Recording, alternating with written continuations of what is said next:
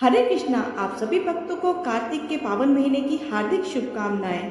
कार्तिक का महीना श्री हरि विष्णु को अत्यंत प्रिय है और इस महीने में जो कोई भी व्यक्ति कार्तिक मास की कथाओं का श्रवण या फिर पठन करता है, उस पर श्री हरि विष्णु की कृपा सदैव बनी रहती है। उसकी सब मनोकामनाएं पूर्ण होती है और परिवार में खुशहाली आती है। तो प्रसन्न चित्त और भगवान विष्णु का ध्यान करते हुए आज की कथा का श्रवण करते हैं।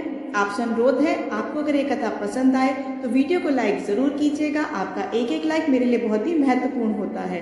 तो ऐसे ही एक बूढ़ी माई भी थी जो कार्तिक के महीने में तुलसी जी को जल से सींचने जाया करती थी।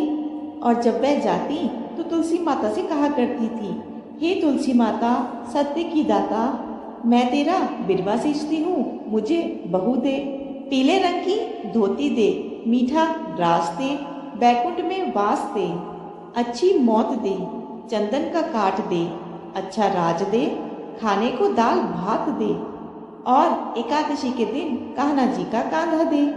बुढ़िया की बातें सुनकर तुलसी माता धीरे धीरे सूखने लगी। तुलसी माता को इस प्रकार सूखता हुआ देखकर भगवान कृष्ण ने उनसे पूछा कि हे तुलसी, तुम प्रतिदिन सूखती क्यों जा रही हो? तुलसी माता कहने लगी, बस मेरे मन की बात ना पूछो। भगवान कहने लगे, अरे मैं नहीं पूछूंगा तो कौन पूछेगा? तब तुलसी माता कहने लगी, एक बुढ़िया आती है और अपनी बात कहकर चली जाती है। मैं तो उसकी सब बातें पूरी कर दूंगी, पर कान्हा जी का कंधा कहाँ से लाके दूंगी? तुलसी जी की यह बात सुनकर भगवान श्री कृष्ण कहने लगे, वह बुढ़िया मरेगी तो मैं अपने आप ही कांधा देने आ जाऊंगा। तुम ये बात उस बुढ़िया माई से कह देना। इसके बाद कुछ दिनों के बाद वह बुढ़िया माई मर गई। बुढ़िया माई के मरने पर पूरा गांव इकट्ठा हो गया।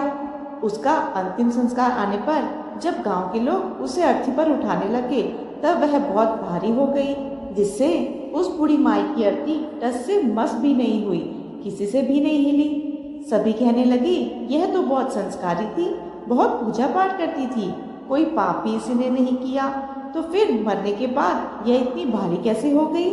बूढ़े ब्राह्मण के वेश में वहां श्री कृष्ण आए और कहने लगे, अरे भाई, ये भीड़ कैसी लगी है?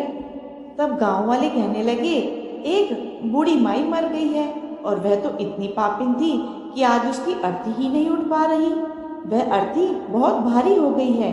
भगवान श्री कृष्ण कहने लगे, अरे भाइयों, मुझे जरा इस बूढ़ी माई के कान में कुछ कहने दो, फिर यह अर्थी हल्की हो जाएगी और उठ जाएगी। भगवान श्री कृष्ण बूढ़ी माई के पास गए और उसके कान में कहने लगे, बूढ़ी माई, तू अपने मन की कर ले, पीताम्बर की धोती ले, मीठा ग्रास ले, बैकुंठ में वास ले, चटकती चाल ले, चंदन की काठ ले, झालर की झनकार ले, दाल भात को जी और कान्हा जी का कंधा ले। भगवान की बातें सुनते ही बुढ़िया तो हल्की हो गई। भगवान कृष्ण उसे अपने कंधे पर ले गए। इस प्रकार बूढ़ी माई को मुक्ति मिल गई और वह बैकुंठ लोक को चली गई। हे तुलसी माता, जैसे आपने उस बूढ़ी माई के सत की लाज रखी, जैसे आपने उसके विश्वास की लाज रखी, वैसे ही इस कथा को कहने सुनने वाले और हुंकारा भरने वाले सभी भक्तों की लाज रखना। जैसे भगवान ने उसे कांधा दिया, वैसे भी हमें भी देना।